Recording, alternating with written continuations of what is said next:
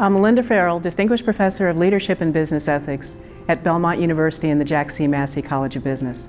We have some very special material for you looking at micro-entrepreneurship in the gig economy. We're going to explore that in this session with Lori Bush, Executive Advisor and retired CEO and President of Rodan & Fields. She's joined by Will Rinehart, who's the Director of Technology and Policy Innovation at the American Action Forum. The two of them have enormous insights on how the world of work is changing, and we're so happy for you to be able to share this with us. The easiest way to think about the gig economy is actually to look at this chart that we produced.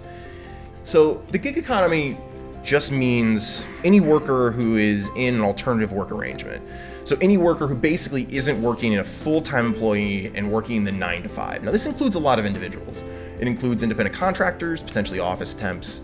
It includes short-time work. Sometimes it's called contingent workers.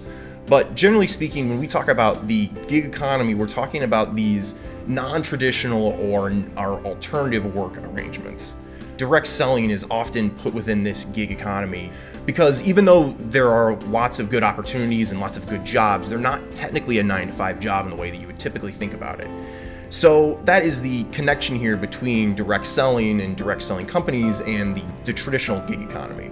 So when you think about the sharing economy, this is what we're talking about is individuals are going online and using these services via underutilized assets. Between the sharing economy and the gig economy, there is what I'm calling the online gig economy. These are workers who utilize these new technologies, the markets and the platforms for their alternative work arrangement. Independent contractors have been actually a fairly large portion. They've been about 30% of all jobs added during the recovery. So this is an important part of the economy that I think that, especially as you're going into the labor force, this is something to consider. So let's focus a little bit more on then the online gig economy. We found that there's been about $500 million worth of economic activity. So in the very last year, there's about $500 million more economic activity than we would have expected if things had continued.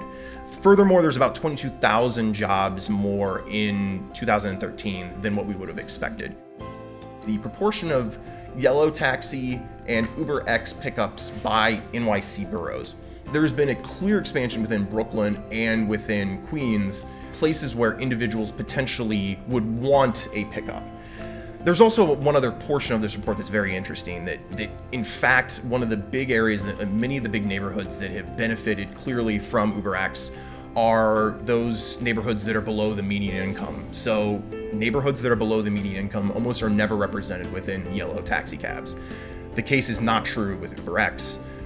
Also, predominantly non-white neighborhoods have fared much better under UberX. Consumers who actually consume these types of services on the online gig economy, this is one of the primary reasons why they're doing it. Their services, they want them, it's hard for them to get it within whatever region, within whatever demographic they may be. At core, one of the big things that the online gig economy does is it solves these problems. Why is it that we care about this issue now? What's happened clearly and what's changed is that now we're talking about what it means to be an entrepreneur. How do entrepreneurs work within the online gig economy? Ultimately, what people want is these opportunities. They want to be entrepreneurial in their own way. They want to be able to do the kinds of things that they want to do. It provides an added source of income and especially flexibility, which is also another clear benefit of this. They benefit much better because they have flexibility. So I've met a number of people taking an Uber that deal with elderly parents, giving a little bit extra spending cash for their kids for college. It's clearly the case that typically there's a higher job satisfaction, which I think is honestly something else that's beneficial. The Direct Selling Education Foundation is a not-for-profit foundation based in Washington, D.C.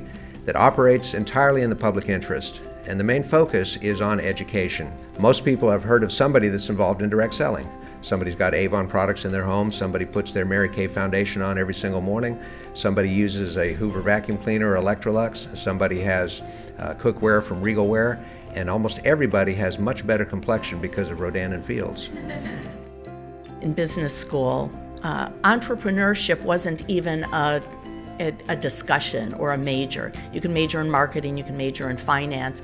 Recently, as I've been speaking on some campuses and I ask students what their area of major is, I'm hearing within the business schools, entrepreneurship is pretty much the predominance in terms of what people are aspiring to.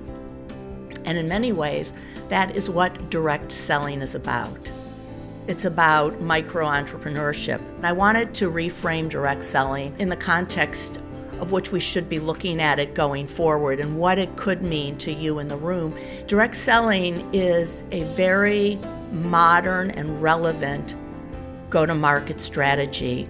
If you look at direct selling as a marketing channel or a go-to-market strategy, that services a lot of other industries, categories such as beauty, nutrition, home goods, and then a lot of services. You're seeing more direct selling platforms popping up in the areas of energy and even legal services. If you look at it as a distributed business platform, effectively crowdsourcing sales, sometimes marketing and distribution, it starts to make sense. Direct selling is a marketing model, it's a business platform. Direct selling, I would put far more in the category of sharing rather than gig. In direct selling, you don't necessarily get paid for the work you're doing. You get paid for the value that you create. Companies that are in the space are creating a business platform. Some people might refer to it as a business in a box. And a business in a box today that's often enabled by digital technology and social media, that I'm creating a business platform and I am giving a distributed group of people an opportunity to take that business platform and start their own business. And I'm giving them a license to use my brand, my products, my company assets to create their own business. It's really the sharing by a company of a business platform that gives tens of thousands, even hundreds of thousands in some companies' cases, micro-entrepreneurs an opportunity to start their own business. With digital technology and social media, now direct selling can be many to many as opposed to just one to one.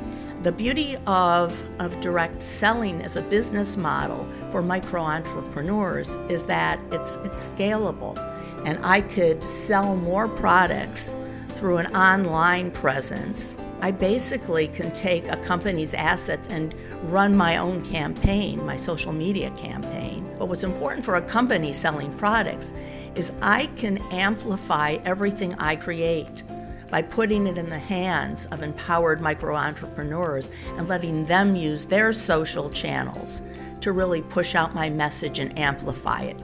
And that's why it's such an attractive business model for consumer product companies, because I can use the power of many, many individuals to amplify whatever my marketing story and my marketing message is. I'm seeing more financial sponsors and major consumer products companies showing a lot of interest in direct selling as a marketing model going forward. So why is there this dichotomy? People trying to suggest that direct selling is antiquated and has no relevance, and some of the largest companies in the country and in the world that are not currently in direct selling having a strong interest in direct selling. And why is that important to you going forward as you have aspirations of being entrepreneurs in the future?